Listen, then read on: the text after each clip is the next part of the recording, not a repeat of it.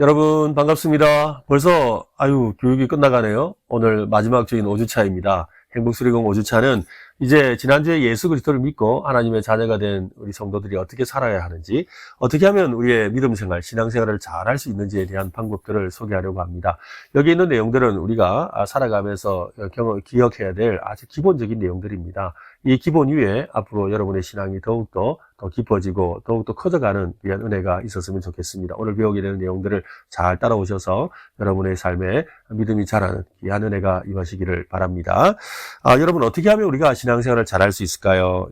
여러분 교재에 보시면 동그란 원이 있습니다. 그 동그란 원은 수레바퀴입니다. 이 수레바퀴가 어떻게 굴러가느냐가 참 중요하죠. 여러분 수레바퀴가 있어야 수레가 잘 굴러가서 앞으로 가는 것처럼 우리의 신앙도 이렇게 잘 굴러가기 위해서 앞으로 잘 전진해 가기 위해서 어떻게 해야 하는가라는 것이죠. 이 내용을 자세히 한번 보십시오. 좀 흐리게 나오기는 했습니다만 중심에 보면 축이 있습니다. 그 축은 예수 그리스도입니다. 예수 그리스도를 중심에 두고서 그 위쪽으로는 기도가 있죠. 하나님께 올려드리는 기도가 있습니다. 그리고 아래쪽에는 하나님 우리에게 주시는 말씀이 있습니다. 그리고 그 왼쪽에 보시면은 증거, 즉 전도와 관련된 내용이 있어요. 우리가 말씀을 깨달은 것을 사람들에게 전하는 것을 말합니다. 그리고 오른쪽에 보시면 교제가 있죠. 신앙생활은 혼자 하는 게 아닙니다. 우리 믿음의 사람들과 함께 교제하며 나누는 것이죠. 이 네 가지의 살이 힘을 받쳐줄 때 그 원을 만들게 되죠. 우리 흔히들 휠이라고 그러죠. 휠, 또 아니면 튜브라고 하는 이 휠, 타이어라고 하는, 그죠? 그 부분입니다. 그 부분에 보니까 그리스도인의 순종하는 신앙생활, 순종하는 삶이 같이 할 때 이게 동그랗게 돌아서 잘 굴러가게 되는 것이지요. 그리고 또한 여러분, 우리가 기도 생활, 또 말씀 생활, 또 교제 생활, 증거 생활을 우리가 자꾸 키워가야 돼요. 여러분, 조그마한 바퀴는, 여러분, 길을 가다가 조그마한 그 웅덩이만 있어도 빠져서 못 나와요. 근데 바퀴가 크면 클수록 어떻게 될까요? 조그마한 그런 이 웅덩이는 그냥 지나가 버리죠. 그죠? 바로 그렇다는 거예요. 그래서 우리 신앙도 자꾸 성장해야 어떻게 해요? 그래야지만 우리가 여러 가지 어려움과 힘든 일들, 또 때로는 시험 당하는 일도 있고, 또 마음에 상처받는 일도 있다 할지라도 그것을 잘 극복하고 넘어갈 수가 있게 되는 겁니다. 그래서 어떻게 하면 우리가 기도 생활을 더 잘하고, 또 말씀 생활을 더 잘하고, 또 성도들과 교제를 잘하고, 또 이웃에게 복음을 전하는 일을 잘할 것인가의 문제죠. 이것이 서로 균형 있게 잘 성장해야 어떻게 돼요? 동그란 원이 되죠. 만약에 여러분 생각해 보세요. 기도도 잘하고 말씀을 잘하는데 성도들과 교제를 안 하고 또 사람들에게 복음을 전하지 않는다면 여러분 이 수레바퀴가 어떤 모양이 될 것 같습니까? 럭비공처럼 되죠. 여러분 럭비공이 되면 이게 잘 굴러가겠습니까? 잘 굴러갈 수가 없죠. 어디로 튈지도 몰라요. 바로 그와 같이 된다는 겁니다. 그런 점에 있어서 이 5가지 요소를 우리가 잘 깨닫고 우리가 하나하나 배워가는 그런 시간이 되면 참 좋겠습니다. 첫 번째는 예배하는 생활입니다. 예배 드리는 생활인데요. 예배는 모든 신앙생활의 중심이고 시작입니다. 예수를 믿는 사람은 예배를 통해서 은혜를 경험하고 신앙이 성장하게 되죠. 우리는 예배를 통해서 영적으로 하나님을 만나고 하나님과 교제하고 또 하나님에 대해서 찬양하고 하나님을 인정하게 됨으로 말미암아 내 삶 속에서 늘 하나님이 함께 하신다는 것을 깨닫게 되는 겁니다. 그래서 예배를 바르게 배우고 경험하는 것이야말로 신앙생활에서 가장 중요한 거예요. 그래서 신앙생활하면 제일 처음 예배 생활이 점검돼야 돼요. 예배를 잘 드리고 있는지 돌아봐야 되죠. 그리고 예배를 통해서 내가 하나님의 은혜를 경험하고 있고 하나님을 만나고 있는지를 점검해 봐야 합니다. 내가 예배 생활이 엉망이다? 결국 내 신앙이 엉망이다는 것을 보여줍니다. 자, 밑에 한번 보십시오. 요한복음 4장 23절 24절입니다. 아버지께 참되게 예배하는 자들은 영과 진리로 예배할 때가 오나니 곧 이때라. 아버지께서는 자기에게 이렇게 예배하는 자를 찾으시느니라. 하나님은 예배하는 자를 찾으신대요. 그래서 하나님은 영이시니 예배하는 자는 영과 진리로 예배할지니라 라고 했습니다. 여러분 하나님께 예배하는 일, 특별히 이 주일에 한번 주일 교회에 나와서 예배하는 일, 이것이 우리의 가장 기초고 가장 기본이죠. 여기에서부터 또 오후 예배, 또 수요 예배, 또 금요 예배, 또 새벽 예배, 또 개인이 날마다 드리는 그런 가정에서 이 예배, 또 개인의 예배까지 이 모든 예배 생활, 하나님을 인정하고 하나님의 말씀과 하나님의 말씀의 통치를 받으며 살아가겠다는 그 모습이 우리의 삶의 중심이 되어야 합니다. 자, 이번 예배는 하나님을 만나고 하나님의 영광을 경험하는 것입니다. 예배의 내용에는 어떤 것이 있습니까? 라고 했는데요. 역대하 7장 1절로 4절에 보면 솔로몬이 기도를 마침에 불이 하늘에서부터 내려와서 그 번제와 제물들을 사르고 여호와의 영광이 그 성전에 가득하니 여호와의 영광이 여호와의 전에 가득함으로 제사장들이 여호와의 전으로 능히 들어가지 못하였고 이스라엘 모든 자손은 불이 내리는 것과 여호와의 영광이 성전 위에 있는 것을 보고 돌을 깐 땅에 엎드려 경배하며 여호와께 감사하여 이르되 선하시도다 그의 인자하심이 영원하도다 하리니 이에 왕과 모든 백성이 여호와 앞에 제사를 드리니 하나님 앞에 예배를 드리는데 오늘 말씀해 보니까 솔로몬이 기도했다라고 했죠. 그리고 기도하는 중에 하나님이 임재하시니까 어떤 일이 벌어졌어요? 하나님을 찬송했대요. 맞습니다, 여러분. 예배에는 기도와 찬송이 필요한 거예요. 하나님 앞에 기도하는 것과 찬송이 있어야 합니다. 여러분, 기도는 뭐예요? 하나님께 올려드리는 거죠. 그죠? 하나님께 우리의 간구를 올려드리는 거예요. 또 찬송은 뭐예요? 하나님의 이름을 높이며 노래하는 거예요. 그러니까 하나님을 위해서 올려드리는 거예요. 하나님 앞에 드리는 거예요. 이것이 기도 예배의 첫 번째입니다. 자, 사도행전 2장 42절로 44절도 보세요. 그들이 사도의 가르침을 받아 서로 교제하고 떡을 떼며 오로지 기도하기를 힘쓰니라. 사람마다 두려워하여 사도들로 말미암아 기사와 표적이 많이 나타나니 믿는 사람이 함께 있어 물건을 서로 통용하고. 무슨 말입니까? 그들이 함께 모여서 가르침을 받았댔어요. 말씀을 들었다는 거예요. 말씀을. 즉 예배 가운데 우리가 하나님 앞에 높여드리는 기도를 드리고 하나님을 높여드리는 찬양을 하면 하나님 우리에게 말씀해 주시는 거예요. 그래서 여러분 설교 말씀을 통해서 우리가 하나님의 말씀을 받는 거예요. 그 말씀을 받고 또 받은 말씀 가지고 어떻게 해요? 기도하죠. 그리고 그 말씀을 또 성도들과 함께 나누는 거예요. 이것이 참된 예배라고 말하고 있습니다. 세 번째로 주일은 하나님을 온전히 예배하는 날입니다. 주일은 여러분 교재에 보세요. 그대로 한번 읽어보겠습니다. 주일은 일상의 모든 일을 멈추고 하나님을 예배하고 성도들과 교제하고 전도와 구제와 연약한 사람들을 방문하는 일에 힘쓰고 하나님이신 기쁨과 축복과 안식을 누리는 날입니다. 우리는 특별히 주일을 지킨다고 하지요. 일주일의 7째 날인 우리 일요일을 우리는 주일이라고 부릅니다. 주일이라고 부르는 이유는 예수님께서 부활하신 날이 주일입니다. 유대인의 안식일은 토요일이죠. 그리고 안식일 다음 날에 예수님이 부활하셨습니다. 그래서 기독교는 예수님이 부활하신 그날, 주님의 날이란 뜻으로 주일을 우리는 지키고 있습니다. 그 주일을 통해서 우리는 하나님을 온전하게 예배하고 또 믿음의 성도들과 함께 교제하고 그래서 또 하나님을 높이는 일에 힘쓰는 날이라는 것입니다. 그래서 주일 예배는 빠지지 않고 혹시 특별한 일이 있어 출타 중이라도 다른 교회에서 예배를 드려야 합니다. 주일을 지키는 것이 신앙생활의 기본이고 핵심입니다. 구약 성경에 나오는 안식일이 신약에 와서는 주일로 대체되게 되었습니다. 그러므로 여러분 주일을 지켜야 돼요. 그래서 주일 예배에 나오는 것, 이것이 주일을 지키는 그 시작입니다. 여러분 주일 예배에 빠지지 마시기를 바랍니다. 뒤로 넘기면 은혜 넘치고 감동 있는 예배 경험을 위한 팁이 있습니다. 주일 예배 시간 15분 전에 이왕이면 일찍 오셔야 되죠. 일찍 와서 기도로 준비합니다. 또 예배 인도자의 지시를 따라 적극적으로 기도하고 찬송하는 것이 필요합니다. 처음 오면 낯설기도 하고 또 찬송가 같은 경우에는 어떻게 불러야 될지 잘 몰라요. 그렇지만 같이 따라 부르다 보면 금방 익숙해지죠. 또 성경 찾는 거 어려워요. 그래서 일찍 오셔서 미리 성경을 찾아놓고 또 말씀을 준비해 놓는다면 많은 은혜를 받을 수 있는 기회가 됩니다. 두 번째로 다른 사람이 예배드리는데 방해되지 않을 정도로 단정한 옷을 입고 오세요. 그렇죠. 우리가 하나님을 만나는 일입니다. 온 세상의 주관자 되시는 높고 높으신 하나님을 만나는 일이에요. 우리도 어딘가에 격식 있는 곳에 조심스러운 곳에 가게 된다면 여러분 만약에 대통령을 만나러 가게 된다면 어떻게 입고 갈 것 같으세요? 그런 마음으로 여러분 복장에 신경을 쓰라는 것입니다. 너무 좋은 옷을 입으라는 것이 아니라 단정하게 입으라는 말입니다. 세 번째로는 매주 예배 시간에 드릴 헌금, 주일 헌금, 또 11조, 감사 헌금, 기타 헌금을 미리 준비합니다. 여러분 예배라는 것은 드린다라는 뜻이 있습니다. 그래서 우리가 하나님 앞에 드리는데 우리의 마음을 드리죠. 우리의 시간을 드립니다. 그런데 성경은 말하죠. 너의 물질이 있는 곳에 너의 마음도 있다 그랬어요. 즉 우리가 우리의 물질을 하나님 앞에 올려드림으로 말미암아 우리의 마음도 함께 드리는 게 되는 것이죠. 그래서 여러분 주일로 오실 때 주일 헌금을 드리세요. 그리고 또 기회가 믿음이 되신다면 여러분의 소득의 10분의 1을 11조로 드립니다.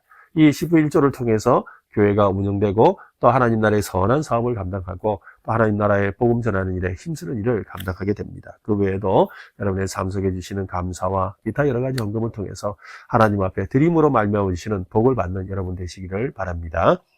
네 번째로 예배에 집중하는데 방해가 되는 것들, 신문, 잡지, 핸드폰과 같은 이 다른 사람들과 잡담을 자제하고 또 예배 중간에 화장실 또 전화 통화를 위한 이동을 좀 자제하는 게 좋겠지요. 집중해서 우리가 하나님 앞에 나아가야 합니다. 그래서 옛날 우리 핸드폰 광고 중에 그런 거 있었죠. 네, 소중한 사람과 있을 때는 핸드폰을 꺼놔도 된다고. 하나님과 만날 때 여러분 핸드폰을 집중하기보다 하나님께 집중하는 그런 여러분이 되셨으면 좋겠고요.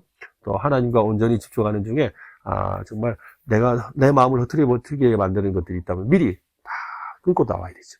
그래서 화장실도 미리 갔다 오시고 또 그래서 하나님께 집중하는 여러분이 되셨으면 좋겠습니다. 그리고 5번째는 찬송가나 성경책을 제일 앞에 있는 주기도문과 사도신경을 외워두면 좋습니다. 그래서 교회 예배 가운데 주기도문과 사도신경을 우리가 외우게 됩니다. 특별히 주일 예배 가운데는 우리가 사도신경을 외우게 되죠. 사도신경이라는 건 내가 무엇을 믿는가를 말합니다. 하나님은 어떤 분이시고 예수님은 어떤 분이시고 또 예수님의 십자가의 죽음과 부활과 또 그것을 믿는 성도의 삶과 또 성령님과 교회에 대한 내용들을 다루고 있습니다. 그 내용들을 우리가 입술로 고백함으로 믿음을 지켜 나가려고 하는 것입니다. 자, 2번째는 이 하나님의 말씀입니다. 그리스도인은 누구나 성경을 통해 유익을 얻습니다. 그래서 성경이 가져다주는 유익에는 어떤 것이 있을까요? 디모데후서 3장 15절로 17절 또 어려서부터 성경을 알았나니 성경은 능히 너로 하여금 그리스도 예수 안에 있는 믿음으로 말미암아 구원에 이르게 하는 지혜가 있게 한다. 즉 성경 말씀을 통해서 우리는 구원을 받습니다. 그리고 성경 말씀을 믿음으로 말미암아 구원에 이르게 되죠. 성경 말씀을 믿음으로 말미암아 우리가 믿음 생활을 잘하게 돼요. 16절 말씀 보세요. 모든 성경은 하나님의 감동으로 된 것으로 교훈과 책망과 바르게 함과 의로 교육하기에 유익하니 이는 하나님의 사람으로 온전하게 하며 모든 선한 일을 행할 능력을 갖추게 합니다. 그렇습니다, 여러분. 하나님의 말씀을 우리가 듣고 또 말씀을 읽고 또 그 말씀을 암송하는 일을 통해서 우리는 하나님의 사람이 되는 거예요. 하나님처럼 생각하게 되죠. 하나님과 같은 생각을 하게 돼요. 하나님이 원하시는 뜻을 따라 살아가게 돼요. 또 하나님의 말씀에 순종하며 살게 되는 거예요. 그래서 하나님의 말씀에 대한 지식을 배우는 것이 너무 중요합니다. 그래서 하나님의 말씀을 배워가는 일에 힘쓰시기를 바랍니다. 1번, 컴퓨터를 잘 활용하기 위해 배워야 하듯이 성경을 잘 이해하기 위해서도 배워야 합니다. 그래서 여러분 설교 말씀을 듣는 것뿐만 아니라 집에 가셔서 유튜브를 통해서 다시 한번 들어보는 거 참 좋습니다. 뿐만 아니라 교회에서 하는 여러 가지 양육 훈련들이 있습니다. 이 훈련들에 여러분 참여하세요. 또 교회에서 성경을 읽고 또 성경을 가르쳐주는 여러 가지 프로그램들이 있습니다. 그런 프로그램에 여러분이 참여하신다면 여러분이 하나님의 말씀을 배우게 되고 그 말씀이 여러분으로 하여금 진짜 제대로 된 신앙생활과 또 하나님을 제대로 믿는 믿음을 갖게 할 줄로 믿습니다. 특별히 성경은 듣기 위해 쓰여진 책입니다. 이 말은 무슨 말이냐면 이 성경은 우리는 그냥 눈으로 읽게 되어 있지만 원래 처음 쓰여졌을 때는 우리가 소리내어 읽는 것을 듣게 되어 있었어요. 그러므로 여러분 소리내어 성경을 읽으시면 좋아요. 그래서 기회가 되시는 대로 우리 성경 말씀을 소리내어서 읽었어요. 그리고 통독을 하시길 바랍니다. 또 교회에서는 우리 1년에 2번 성경 통독하는 시간이 있습니다. 그리고 또 우리 카카오톡 단톡방을 통해서 우리 매일 성경 본문을 함께 읽고 있는데요. 또 성경 암송도 하기도 하죠. 이런 일들에 여러분 참여하시면 참 좋을 것 같습니다. 성경은 영혼을 위한 양식이죠. 여러분 사람은 먹어야 살잖아요. 이제 육신도 먹어야 삽니다. 이처럼 우리의 영혼도 하나님의 말씀을 먹어야 삽니다. 그래서 예수님께서도 또 그 구약성경에서도 말씀했어요. 사람이 떡으로만 살 것이 아니라 하나님의 말씀으로 살아야 한다라고 하셨어요. 우리가 하나님의 말씀을 의지하며 살아가는 우리 모두가 되었으면 좋겠습니다. 기도 생활입니다. 기도는 누구에게 하는 것입니까? 또 누구의 이름으로 기도해야 합니까? 어떻게 기도해야 합니까? 라고 했습니다. 누가복음 16장 23절과 24절에 보면 그날에는 너희가 아무것도 내게 묻지 아니하리라. 내가 진실로 진실로 너희에게 이르노니 너희가 무엇이든지 아버지께 구하는 것을 내 이름으로 주시리라. 지금까지 너희가 내 이름으로 아무것도 구하지 아니하였으나 구하라. 그리하면 받으리니 너희 기쁨이 충만하리라. 여기에 그 답이 나와 있는데요. 아버지께 구한다. 누구예요? 하나님께 구한다. 우리는 하나님께 기도합니다. 그런데 예수님의 이름으로 기도하죠. 그래서 제일 처음에 하나님 아버지 하나님이라고 부르고 기도를 하지요. 그리고 제일 마지막에는 예수님 이름으로 기도합니다 라고 합니다. 여러분 기도했습니다가 아니고 기도합니다입니다. 왜 그렇습니까? 지금까지 하나님께 드리는 모든 그 기도를 예수님의 이름으로 다시 올려드리는 것이죠. 그래서 예수님 이름으로 기도합니다 라고 표현하게 되는 것입니다. 그래서 우리가 이 하나님께서 우리가 기도를 드리면 그 결과 어떻게 돼요? 하나님이 응답해 주시죠. 우리에게 답을 주시는 거예요. 그래서 하나님께 여러분 기도해야 돼요. 하나님께 기도하는 거. 그럼 언제 기도해야 됩니까? 또 무엇을 기도해야 됩니까? 히브리서 4장 16절에 보면 그러므로 우리는 긍휼하심을 받고 때를 따라 돕는 은혜를 얻기 위하여 은혜의 보좌 앞에 담대히 나아갈 것이다 라고 했습니다. 무슨 말입니까? 때때로 기도하라는 거예요. 여러분 문제가 생길 때마다 힘든 일이 어려운 일이 생길 때마다 기도하시면 돼요. 어떤 분은 그래요. 아, 목사님, 어떻게 기도해야 되지? 방법을 잘 몰라요. 라고요. 아까 가르쳐 드렸잖아요. 하나님은 하나님께, 그죠? 여러분이 하고 싶은 이야기를 하세요. 그리고 예수님 이름으로 기도합니다. 라고 하면 되는 거예요. 근데 조금 더 구체적인 방법을 알려드린다면, 흔히들 기도에 대한 4가지 방법이 있다고 합니다. 첫 번째는 하나님을 찬양하는 것입니다. 하나님을 찬양하는 것. 하나님을 높여드리는 거죠. 아, 사랑의 하나님을 높여드립니다. 또 존귀하신 하나님을 높여드립니다. 전능하신 하나님을 높여드립니다. 라고 합니다. 그러고 나서 두 번째는 뭐예요? 감사하는 거죠. 하나님이 내게 베푸신 은혜에 대해서 감사하세요. 오늘 내 삶에 주신 하나님의 사랑과 또 내 삶에 하나님을 믿게 하신 것, 또 내게 주신 그런 여러 가지 일들에 대해서 감사하는 거예요. 그리고 세 번째는 뭐예요? 하나님 앞에서 나의 부족함을 회개해야 되죠. 하나님께 가까이 나가지 못하도록 가로막는 죄를 회개해야 됩니다. 내 마음에 있는 불신과 의심과 염려와 불안과 같은 것들을 우리가 하나님 앞에 하나님 잘못했습니다. 하나님 이것을 하나님 앞에 내어드리고 하나님 용서해 주옵소서라고 회개해야 됩니다. 그리고 마지막으로 기도하는 거예요. 간구라고 그러죠. 그래서 하나님 앞에 기도할 때 여러분의 기도를 하면서 여러분의 가정의 문제, 또 개인의 문제, 또 여러분 직장과 사업의 문제, 또 가족들을 위해서 기도하시면 돼요. 근데 기도할 때도 이왕이면 방법이 조금 있습니다. 이왕이면 하나님의 나라를 위해서, 또 그 다음에 다른 사람을 위해서, 그리고 나를 위해서 이렇게 이런 순서를 따라 기도하면 참 좋습니다. 그래서 하나님 영광을 위해서, 또 교회를 위하여, 또 우리 가족들을 위해서, 또 주변의 성도들을 위해서, 그리고 나를 위해서 이런 순서로 먼 데서부터 나에게로 오는 이런 방법으로 기도를 한다면 아주 유익하게 기도를 할 수가 있습니다. 또 무엇을 기도해야 됩니까? 라고 했는데요. 빌립보서 4장 6절을 한번 보세요. 아무것도 염려하지 말고 다만 모든 일에 라고 했습니다. 그러니까 여러분 뭐든지 기도하시면 돼요. 뭐든지 기도하시면 돼요. 걱정되는 대로 기도하세요. 염려가 되는 대로 기도하세요. 원하는 것이 있다면 기도하세요. 모든 일에라고 했습니다. 그래서 너희 구할 것을 감사함으로, 감사는 무엇입니까? 응답 주실 것을 믿고 감사함으로 기도하시면 됩니다. 그렇게 기도하시기를 바랍니다. 다음 페이지 보십시오. 기도는 영혼의 호흡이고 예수님을 믿는 성도가 평생 배워야 할 것입니다. 기도의 응답은 하나님께서 예수님을 믿는 성도들에게 주신 특권입니다. 기도에는 다음 4가지 요소가 포함되어 있습니다. 제가 설명드렸죠. 사모, 아까 찬양이라 그랬습니다. 고백, 그죠? 하나님 앞에 죄를 고백하는 거, 감사, 그리고 간구, 이 4가지 여러분 기억하시면 되겠습니다. 네 번째로 성도 간의 교제입니다. 성도 간에 서로 교제하는 것, 이 코이노니아라고 했는데요. 서로 함께 교제하고 사랑의 관계를 맺어가는 것을 말합니다. 특별히 교회는 성도들의 하나님의 가족이라는 표현을 사용합니다. 그래서 가족 간에 서로 사랑하고 함께 서로 나누는 시간을 갖는 것이지요. 그래서 성도와 교회의 본질은 교제에 있습니다. 교회는 기독교 지식만을 가르치는 곳이 아닙니다. 교회는 함께 나누고 함께 생활하는 공동체입니다. 그렇다면 교회에서는 어떤 교제를 나눕니까? 사도행전 2장 42절에 보니까 그들이 사도의 가르침을 받아 서로 교제하고 떡을 떼며 오로지 기도하기를 힘쓰니라. 또 사도행전 2장 46, 47절에 날마다 마음을 갖자 성전에 모이기를 힘쓰고 집에서 떡을 떼며 기쁨과 선전한 마음으로 음식을 먹고 하나님을 찬미하여 또 온 백성에게 칭송을 받으니 주께서 구원받는 사람을 날마다 더하게 하셨다라고 했습니다. 교회에서 어떤 교제를 해야 되죠? 서로 먹고 또 대화를 나누고 또 예배 때 은혜 받은 말씀을 함께 나누는 그런 모임이죠. 이것을 우리 교회에서는 세일 모임으로 하고 있습니다. 그래서 여러분 우리 새가족 수료를 마치고 나면 다 세일 모임에 이렇게 소속되게 되는데요. 이 세일 모임을 통해서 함께 식사하고 함께 말씀을 나누고 함께 기도하고 또 함께 서로 도와주는 그런 좋은 관계들을 맺어가셨으면 좋겠습니다. 성도 간의 교제가 가져다 주는 유익은 무엇입니까? 그 유익을 누리기 위해서 어떻게 해야 합니까? 라고 했는데요. 에베소 4장 15, 16절에 보면 오직 사랑 안에서 참된 것을 하여 범사에 그에게까지 자랄지라. 그는 머리 곧 그리스도라. 그에게서 온몸이 각 마디를 통하여 도움을 받음으로 연결되고 결합되어 각 지체의 분량대로 역사하여 그 몸을 자라게 하며 사랑 안에서 스스로 세운다. 라고 했습니다. 즉 그리스도를 닮은 성품으로 자라게 되는 거죠. 우리의 신앙이 성장하는 데 있어서 교제가 너무 중요한 거예요. 혼자 할 수가 없죠. 그리고 또한 그리스도의 몸의 지체가 된다고 했어요. 서로 다 연결되어 있는 몸의 각 지체가 되는 데 있어서 이 관계를 맺는 것이 너무 중요합니다. 그래서 절대 교회는 혼자 다니는 거 아닙니다. 신앙생활 혼자 하는 거 아닙니다. 함께 하는 것이고 함께 믿음을 세워가는 것이라는 걸 여러분 꼭 기억하시기를 바랍니다.